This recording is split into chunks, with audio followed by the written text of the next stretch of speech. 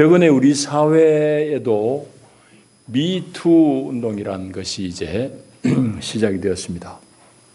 참 어려운 일이지만은 한 젊은 여검사가 이제 자기들 조직 안에서 당한 어려운 일들, 성적인 추행을 여기저기 얘기했는데도 잘 받아들여지지 않으니까 드디어 이제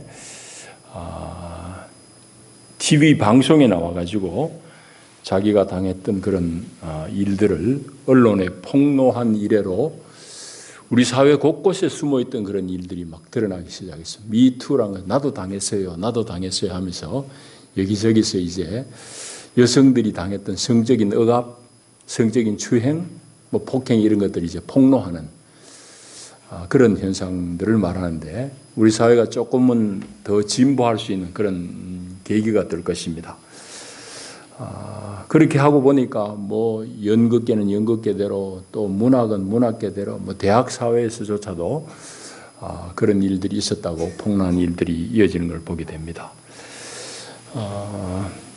근데 그런 일들은 이제 우리 사회뿐만 아니고 얼마 전부터는 미국을 중심으로 해서 구미 사회에서부터 이미 이제 활발하게 여성들이 성적인 그런 억압을 당했다라고 그렇게 폭로한 일들이 있었습니다. 심지어는 미국에서 제일 잘 나가는 유명 배우, 여자 배우조차도 자기가 감독한테, 영화 감독한테 성적인 추행을 당했다고 그래 폭로하는 그런 일들을 보면서 많은 사람들이 놀랐을 것입니다. 그런 일들을 보면서 저는 두 가지를 이제 생각해 봤습니다. 첫째는 그런 일들을 보면서 우리 인간 속에 내재되어 있는 뭐 누구나 예외 없이 사람 속에 다 내재되어 있는 그런 폭력성, 그것이 이제 대단히 놀랐습니다. 이 폭력이란 것은 상대방 의사와 관계없이 내가 힘 있다고 내 힘을 마음껏 휘두르는 게 폭력이잖아요. 그게 이제 성적인 폭력으로 나타날 수도 있고 아니면 폭행으로 나타날 수도 있고, 돈 있는 사람이 돈 없는 사람을 짓누르는 것도 폭력이에요. 사실은 권력인 사람이 자기 권력 가지고 상대방 의사에 반하게 짓누르는 것도 폭력이고, 폭력의 모습은 여러 가지로 이제 다양하게 나타납니다만은 이런 미투 운동을 보면서 사람 속에 잠재되어 있는 그런 폭력성, 이걸 다시 한번 확인하게 되는 것이죠. 두 번째는 뭔가 하면은 남자와 여자에 대한 성경의 진술, 남자와 여자에 대해서 성경이 말씀하는 것이 아주 놀라워요. 오늘 그런 부분을 조금 이제 말씀을 통해서 자세히 좀 살펴보려고 합니다. 오늘 2장을 다 읽었습니다만 2장 1절부터 3절까지는 사실은 1장에 붙어야 될 말씀입니다. 2장 3절까지는 천지창조의 대략적인 얘기를, 진술을 다 마치고 나서는 4절부터는 그 중에 사람에 대해서 하나님이 특별하게 어떤 의미를 가지고 사람을 어떻게 지었고 사람에 대해서 가지고 계시는 하나님의 기대가 무엇인지에 대해서 2장이 전부 우리에게 말씀하고 있습니다. 오늘 2장 중에서 특별히 이제 여러 가지를 살펴봐야 되겠지만 두 가지 방면에서 살펴보려고 합니다. 먼저는 앞에 있는 안식일의 의미, 두 번째로는 우리 사람의 본질적인 모습, 특별히 남자와 여자에 대해서 오늘 말씀을 좀 상고하려고 합니다. 안식일은 여러분 여기 1절부터 3절까지 보시면은 거룩하게 하셨다라는 말씀이 나옵니다. 3절에 보면은 그 일곱째 날을 거룩하게 하신 날이다. 근데 거룩하다는 말은, 히브리 말로 거룩하다는 말은 구별되어 있다는 말입니다. 그러니까 다른 것과 떨어져서, 공간적으로 떨어져서 구별되어진 것. 이게 이제 거룩이라는 말인데, 그러면은 일주일 중에서 엿새하고 이날이 어떤 점에서 다르냐는 얘기인데, 무엇 때문에 하나님이 거룩하게 한 날이라고 하는지 우리 좀 살펴봐야 됩니다. 다른 엿새는 하나님이 창조의 일을 하신 날이죠. 6일 동안 열심히 하나님께서 말씀으로 세상을 지으신 날, 하나님이 일하신 날인데 이 7째 날은 일이 6일 동안 하나님의 창조의 일이, 창조의 사역이 6일 동안 완성이 되었기 때문에 7째 날은 하나님 쉬신 날이에요. 그러니까 다른 날과 구별되죠. 그래서 거룩하다는 겁니다. 그러니까 하나님이 7째 되는 날은 쉬셨다는 이 말씀의 의미는 여러 가지로 살펴봐야 되지만은 특별히 오늘 이 말씀과 관련해서 우리가 살펴보건대는 이 안식일, 하나님이 7째 날 쉬셨다는 것은 하나님의 창조의 사역, 6일 동안 창조하신 그 사역으로 말미암아서 모든 피조세계, 인간을 포함해서 모든 피조물들이 충분하게 삶을, 생명을 유지할 수 있는 모든 조건을 6일 동안 다 갖추셨다는 말씀입니다. 다시 말하자면은 사람 중심으로 얘기하자면 사람에게 살만한 모든 여건을 다 준비하셨다는 말씀입니다. 그래서 피조물이 잘 살 수 있는 모든 조건이 구비되었다는 것을 의미해요. 하루 쉬셨다는 이 말은. 그리고 그날을 복되게 하셨다는 말씀이 있습니다. 3절에 보면은 복되다는 것은 여러 방면에서 얘기할 수 있지만 특별히 쉴 수 있다는 점에서 복됩니다. 여러분, 이 말씀이 주어진 히브리 사람들의 현재 삶의 형편이 어떤지를 살펴봐야 돼요.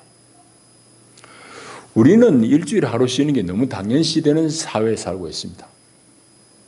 사실은 다 성령의 덕분이긴 하지만은 우리는 일주일에 하루 쉬는 것 혹은 이틀 쉬는 것 너무 당연한 우리의 권리로 받아 누리고 사는 시대에 사니까 이 안식일이 복인 줄도 모르고 우리는 받아 누리지만은 사실은 이 말씀을 받을 때 히브리 사람들은 어떤 사람이냐는 거예요. 먼저는 이 사람들이 이 말씀을 받을 때 그 사람들은 400여 년 동안 애굽에서 종살이 하던 사람입니다. 또 이 말씀을 다 정리하고 묶어가지고 책으로 만들 때는 이 사람들이 바벨론의 포로 생활하면서 하나님 말씀을 우리가 떠났구나, 하나님 말씀 잘 지켜야지 하고 이제 말씀을 다 수집하는 때예요. 그러니까 처음 말씀을 받을 때도 마찬가지고 말씀을 그냥 허투루 지키다가 아이고 정말로 우리가 말씀을 제대로 못 살았구나 하고 말씀을 잘 모아가지고 공부하던 시절이 언젠가 하면 바벨론 포로 생활할 때, 바벨론에서든지 애굽에서든지 이 사람들의 공통점은 노예 생활입니다. 애굽이라는 세계 최강대국에서 노예 생활하고 바벨론이라는 그 당대의 최고의 나라 최강대국에서 노예 생활하던 때에 이 사람들은 이 말씀을 쓰고 읽고 배우고 확인하는 때입니다. 그러니까 노예라는 건 뭔가 하면은 주권을 가진 왕이 노예를 마음껏 부려먹는 거예요. 너희들 일주일 하루 쉬어라. 혹은 일주일 이틀 쉬어라. 한 달 하루 쉬어라. 이게 아닙니다. 노예라는 것은 뼈 빠지게 부려먹고 병들면은 병원에 보내가 살리는 게 아니고 병들어 죽게 되면 버리는 게 그게 노예입니다. 그런 억울한 노예 노동에 시달리던 사람들에게 하나님은 일주일에 하루를 쉬어라 라고 말씀하니까 그게 얼마나 큰 축복이겠어요. 그러니까 이게 복되다라고 하신 말씀의 의미가 본래 근원적으로는 그런 의미입니다. 그래서 7째 날을 복되게 하시고 거룩하게 하셨다 이 말이에요. 그러니까 하나님은 이 안식일의 규정이 있는 십계명을 주실 때도 십계명 제일 처음에 서론은 뭐라고 그런 겁니까? 나는 너를 애굽 땅 종되었던 집에서 인도하여 낸 네 하나님 여호와라 라는 말씀으로 시작합니다. 그럼 너희들 종살이 해봤지? 이제 그 종살이에서 벗어나서 하나님의 사람으로 이렇게 살아봐 하고 주신 모든 법의 제일 압축된 내용이 십계명이에요.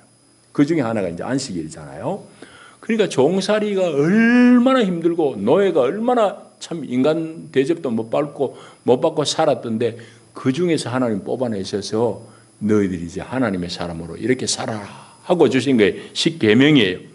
그러니까 쉼없이 종노동에 시달리던 히브리 노예를 하나님이 해방시키고 너희들에게 안식일을 준다. 그러니까 이 날이 복되다 이 말이죠. 자, 그런데 안식일을 제일 먼저 누린 분이 바로 하나님이시고 하나님이 시초에 이 안식일을 누르시니까 너희들도 쉬어라. 그 말씀을 주신 거예요. 그런데 안식일의 의미는 3절에 잘 나타나 있습니다. 하나님이 일곱째 날을 복되고 거룩하게 하셨으니 이는 하나님이 그 창조하시며 만드시던 모든 일을 마치시고 그 날에 안식하셨음이니라 했습니다. 자, 앞을 보십시오. 안식의 참된 의미는 여세 동안 열심히 일한 사람에게 주어지는 겁니다. 일도 하지 않고 무의도식하는 사람, 오늘 특별히 히브리 사람들 압제했던 도성의 권력자들, 애굽이면 애굽의 권력자들, 바벨론은 바벨론의 권력자들, 이 사람들에게는 안식이 의미가 없어요. 내 무의도식하는데 안식이 무슨 의미가 있겠어요? 그런데 힘들게 노동하는 사람에게는 하루 쉬는 것이 참으로 의미 있는 거예요. 그래서 이 안식일을 여기 지금 2장 1절에서 3절까지 말씀하시는데 안식일은 참으로 복된 날이다. 그리고 하나님이 먼저 쉬시는 모범을 보여주시면서 종살이 했던 너희들도 이제부터는 안식일을 쉼을 얻고 그날을 나와 함께 살자구나 하면서 하나님을 예배하는 날로 하나님 구별하신 겁니다. 구별했기 때문에 그날이 거룩한 날이에요. 오늘 우리가 쉬는 이 날도 마찬가지입니다. 그러니까 이 안식일의 의미는 노동과 결부되어 있는 것이고 또한 이 안식일은 그냥 쉬는 게 아니라 하나님 앞에서의 쉼입니다. 이게 참된 안식일의 의미죠. 자, 안식일에 대해서 이제 말씀하고 그 다음에는 이제 방금 말씀드린 대로 우리 인생에 대해서 좀 살펴봐야 되겠습니다. 오늘 선악 지식의 나무 뭐 여러 가지 있습니다만은 오늘은 이 본문 속에서 사람을 본래 하나님께서 어떻게 지으셨고 사람을 향해 가지고 계시는 하나님의 의도가 무엇인지를 좀 살펴봐야 되겠습니다. 사람을 어떻게 지었느냐? 오늘 여기 이제 성경의 7절에 보시면은 사람을 지으신 진료, 원재료가 무엇인지를 말씀하고 있어요. 사람을 지으신 원재료가 뭔가 하면은 땅의 흙입니다. 땅의 흙. 7절에 보시면은 여호와 하나님이 땅의 흙으로 사람을 지으시고 하십니다. 땅의 흙. 흙이라고 번역된 말은 더 정확하게 번역하면 티끌입니다. 티끌. 땅의 티끌. 먼지 티끌.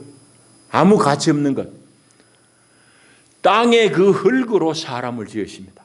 이게 가지고 사람을 지으시고 이게 드디어 생명이 된 것은 생명이라고 번역된 것은 밑에 각주 2번에 있듯이 생물, 산 존재라는 말입니다.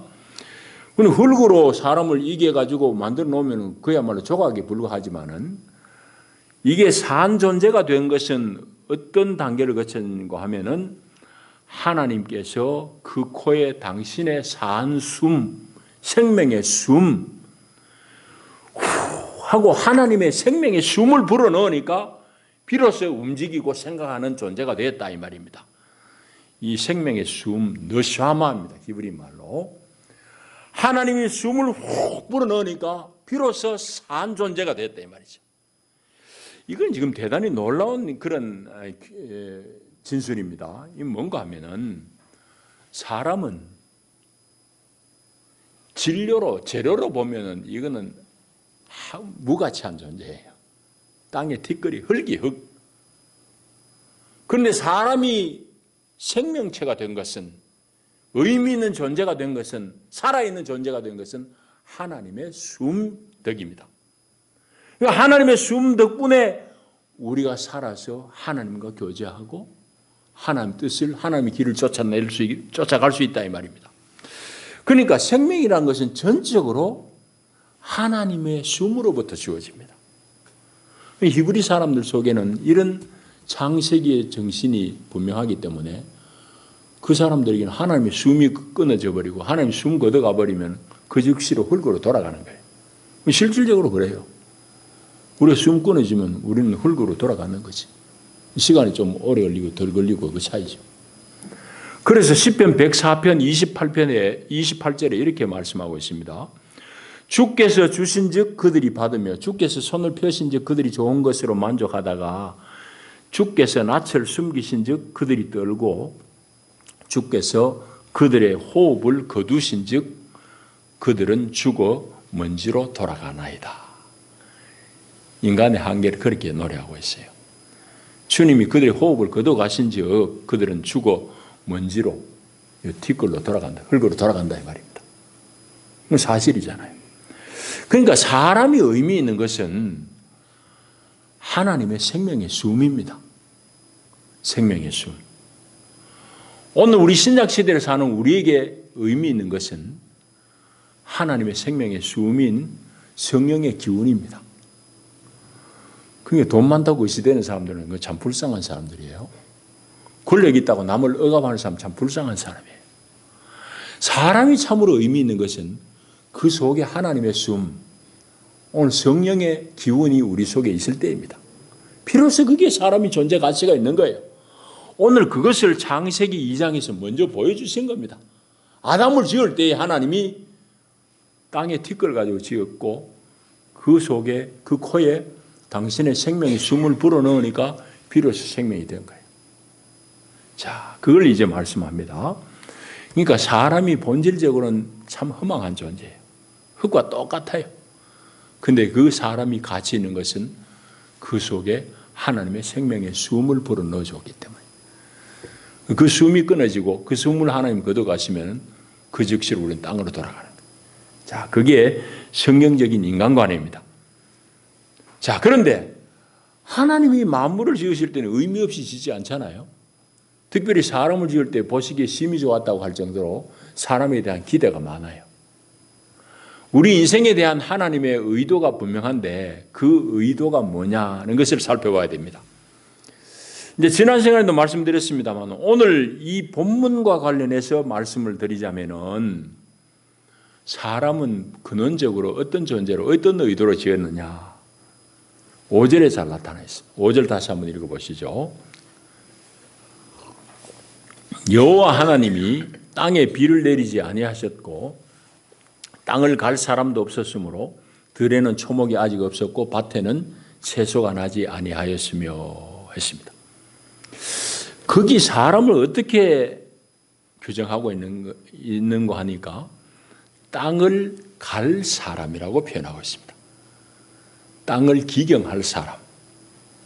다시 말하자면 하나님께서 사람을 지으시고 사람에게 가지고 계신 하나님의 의도는 땅을 잘 가꾸는 겁니다. 이 땅이란 건 에덴이죠. 오늘 우리에게는 주어진 우리의 땅입니다.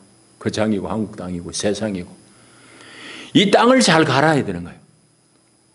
하나님의 동력자로서 하나님의 뜻을 쫓아서 땅을 잘 갈아내는 게 우리가 본래 할 일이에요. 그래서 흙에 우리의 노동을 가해가지고 하나님의 뜻을 쫓아가지고 이 땅을 잘 경영하는 것, 경작하는 것, 기경하는 것, 그리고 이 땅을 잘 보존하는 것, 이게 바로 사람을 지으신 하나님의 본래적인 의도입니다.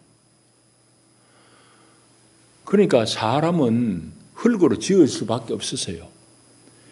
흙으로 지어야지 흙을 잘 만지죠. 여러분 어린아이들도 건강하게 만들려고 그러면 흙에서 자꾸 뛰놀도록 만들어야 됩니다. 요즘은 자꾸 그냥 사람이 만든 데서 자꾸 애들 키우려고 그래요. 밖에 안 내보내려고 그래요. 아니, 사람은 본래 흙하고 친하게 되어 있어요. 어릴 때부터 모래사장에서 흙구덩이에서 노는 놈이 건강해져요.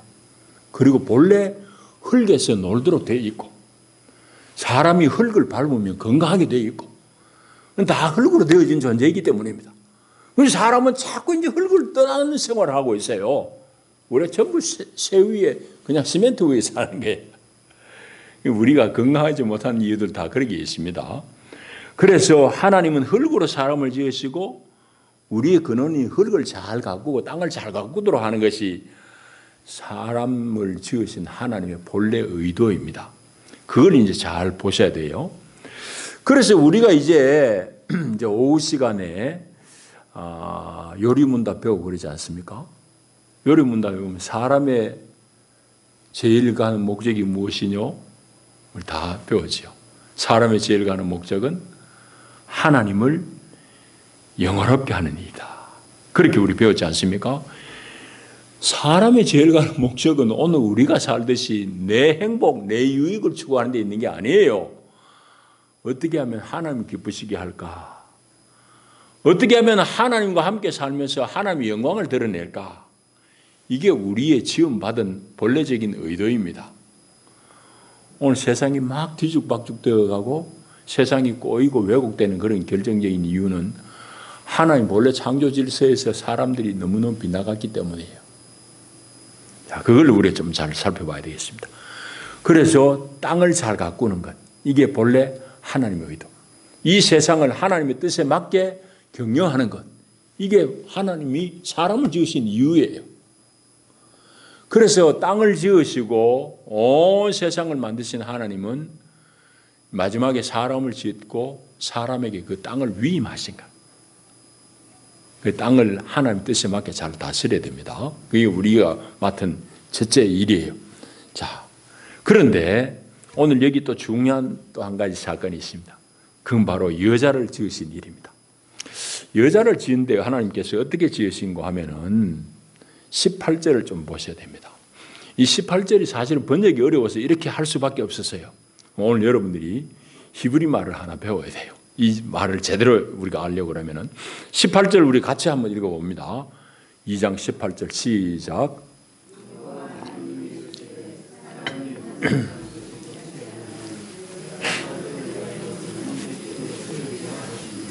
아멘. 하나님께서 아담이 혼자 사는 거 보니까 안 좋아 보여요. 그래서 하나님이 하시는 말씀이 내가 그를 위하여, 그가 누구지요? 아담이에요. 내가 그를 위하여 돕는 배필을 지으리라 하고는 하와를 지어요. 그러니까 우리가 이 말씀을 한글로만 읽으니까 여자는 남편의 돕는 배필이다. 이게 또 발전하니까 여자는 남자의 부속물 정도로 자꾸 생각이 돼요. 그런데 돕는 배필이라고 번역된 말은 본래 어떤 말인가 하면, 자, 따라해봐요. 에셀. 에셀입니다. 에셀. 에셀이라고 읽는데, 에셀이 어디에 나온지 여러분 기억하세요? 사무엘이 하나님의 은혜로 블레셋이 막 계속 침범하는데 블레셋의 침범을 다 막아내고 이긴다고.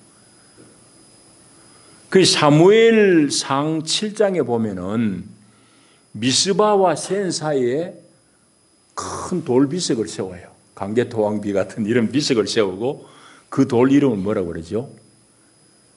에벤 에셀. 에벤 에셀 할 때 에셀이에요. 에벤은 돌이고 에셀은 도움이란 말이에요. 그러니까 사무엘이 고백하기를 우리가 저 블레셋 대군을 이긴 것은 하나님의 도움 때문이다. 그걸 기념하는 돌을 세우고 에벤에셀, 도움의 돌. 무슨 도움? 하나님의 도움을 기억하자 이 말이에요. 그러니까 하나님은 그의 백성을 도우시는 하나님입니다. 하나님은 언제나 그분의 백성을 도우시는 하나님이에요. 그런데 그 하나님이 아담이 혼자 사는 걸 보니까 보기 안 좋아. 그래서 하나님이 아담을 도우려고 지은 사람이 바로 하와야. 그 돕는 배필이라고 번역된 말은 하나님의 도움을 의미하는 에셀입니다. 에셀. 그러니까 하나님이 내가 아담을 도와야지 하고는 하나님이 아담을 도우려고 시작한 일이 바로 하와를 짓는 일입니다. 자, 이 말은 무슨 말인가 하면은 하나님은 그의 백성 아담을 도우시는 분인데 아담을 도우실 때 어떤 방편으로 도왔느냐? 하와라는 이 부인을 지어가지고 하나님이 아담을 도우신 거야. 그 얘기는 무슨 얘기일까요? 이 여자, 처음 창조되어진 여자 하와는 아담의 부속물이 아니에요. 하나님이 아담을 돕고자 하는 마음에서 당신의 대리자로 만든 사람이 바로 하와라는 얘기입니다. 그러니까 이 하와 부인이라는 의미, 이 여자라는 지위가, 여자는 어떤 사람인가 하면, 어떤 존재인가 하면은 남자를 하나님이 돕고자 하여 대리자로 세운 사람이 바로 이 여자예요. 그러니까 하나님이 보내신 돕는 사신이야. 이게 하와라고. 이게 성경 18절의 의미예요. 우리는 돕는 배필 자꾸 이래 읽으니까 여자는 남자에게 종속된 존재로 생각하지만은 아니에요. 내가 그를 위하여 도움을 지으리라. 내 도움을 만들어야 되겠다 하고는 하와를 지어낸다는 거예요. 자, 그러니까 이게 얼마나 놀라운 말씀인지 몰라요. 그리고 그것이 또 23절에도 나와입니다. 그래서 아담을 깊이 잠들게 하시고는 하나님께서 그의 갈비뼈 하나를 뽑으셔서 그 갈비대로 여자를 만들잖아요. 그리고 아담에게로 이제 하나님이 그 여자를 이끌고 이제 둘이 결혼을 시킵니다. 아담이 자기에게 다가오는 하와를 보고 뭐라고 노래하는지 23절이 나와요. 아담이 하는 말입니다. 이는 내 뼈 중에 뼈요 살 중에 살이라. 이것을 남자에게서 취하였은즉 여자라 부르리라.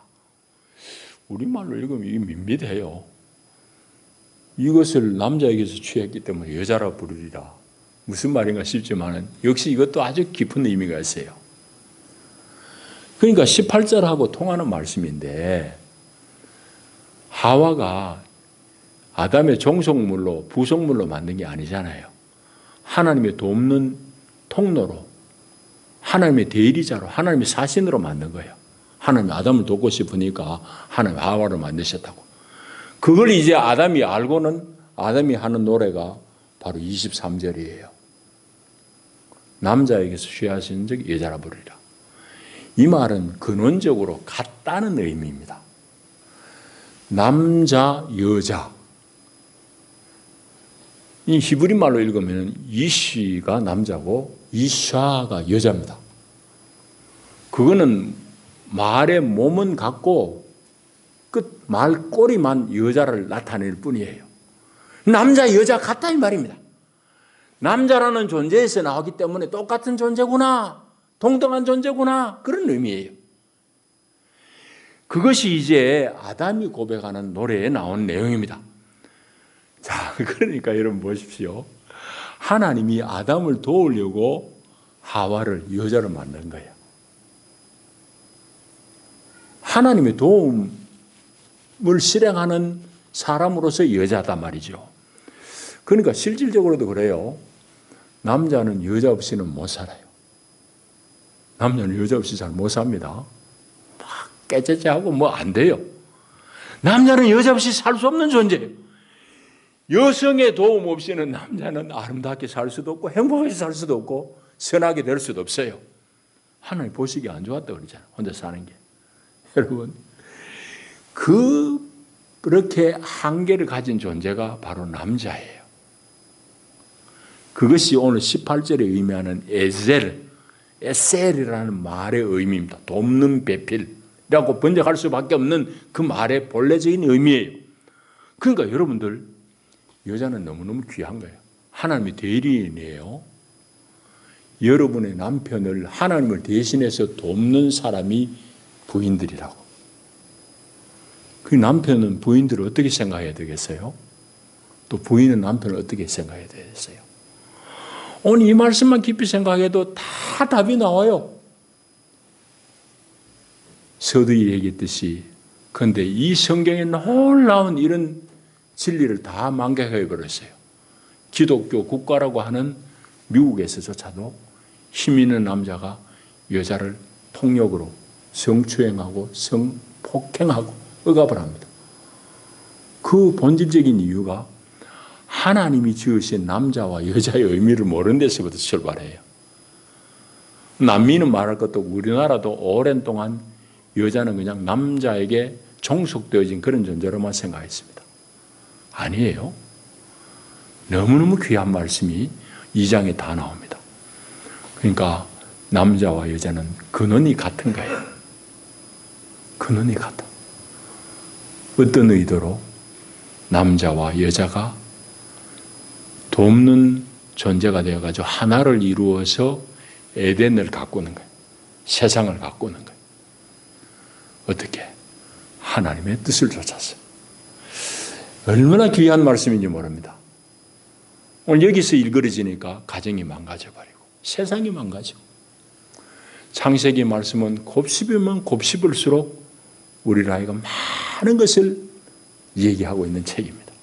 특별히 원역사라 하는 11장까지 내용은 오늘 창세기 2장을 통해서 안식일의 의미, 또 우리 인생, 특별히 남자와 여자의 관계, 그 남자와 여자로 지으시고 그들을 통해서 하나님은 세상이라는 이 에덴을 어떻게 갖고 가시기를 원하시는지를 우리는 이 말씀을 통해서 배웠습니다. 하나님의 말씀대로 사는 것이 세상이 바로 되어가고 내가 행복하게 되는 비결이에요. 오늘 세상이 어그러지고 우리가 다 불행하고 가정이 깨어지는 것 하나님 말씀에서 떠났기 때문이에요. 그 본질적인 시발은 지난 시간 말씀했듯이 하나님이 세상을 지었다는 것을 부인하면서부터입니다. 거기서부터 모든 사상이 나와서는 세상을 뒤죽박죽을 만드는 겁니다. 성경의 세계관, 성경의 이 인생관 이런 거 다 회복해야 됩니다. 거기서부터 질서가 잡혀 있는 것이고 거기서부터 우리가 제대로 사람 구실을 하게 되는 겁니다. 오늘 이 말씀 가운데 여러분들이 참으로 하나님 주신 복을 잘 받아 누리고 가정도 건강하게 세워나가는 여러분들이 되기를 축복합니다. 기도합니다. 자비하신 주의 은혜와 사랑이 큽니다. 오늘도 우리를 부르시고 창세기의 이 말씀을 통해서 우리를 향해서 가지고 계시는 하나님의 의도, 또 남자와 여자를 창조하시는 하나님의 뜻, 이런 것들을 다 알게 하시니 감사합니다. 오늘 세상이 편리하고 잘 살긴 하지만은 많은 곳에서 폭력이 난무하고 온갖 갈등이 난무하는 것은 다 하나님의 이 질서를 떠났기 때문입니다. 오 자비하신 주여, 우리가 주의 길로 돌이키게 하여 주시옵소서. 그리하여 이 세상을 하나님의 거룩한 뜻 가운데 다 회복시키는 주의 사람들로 세워주시옵소서. 예수님 이름으로 기도하옵나이다. 아멘.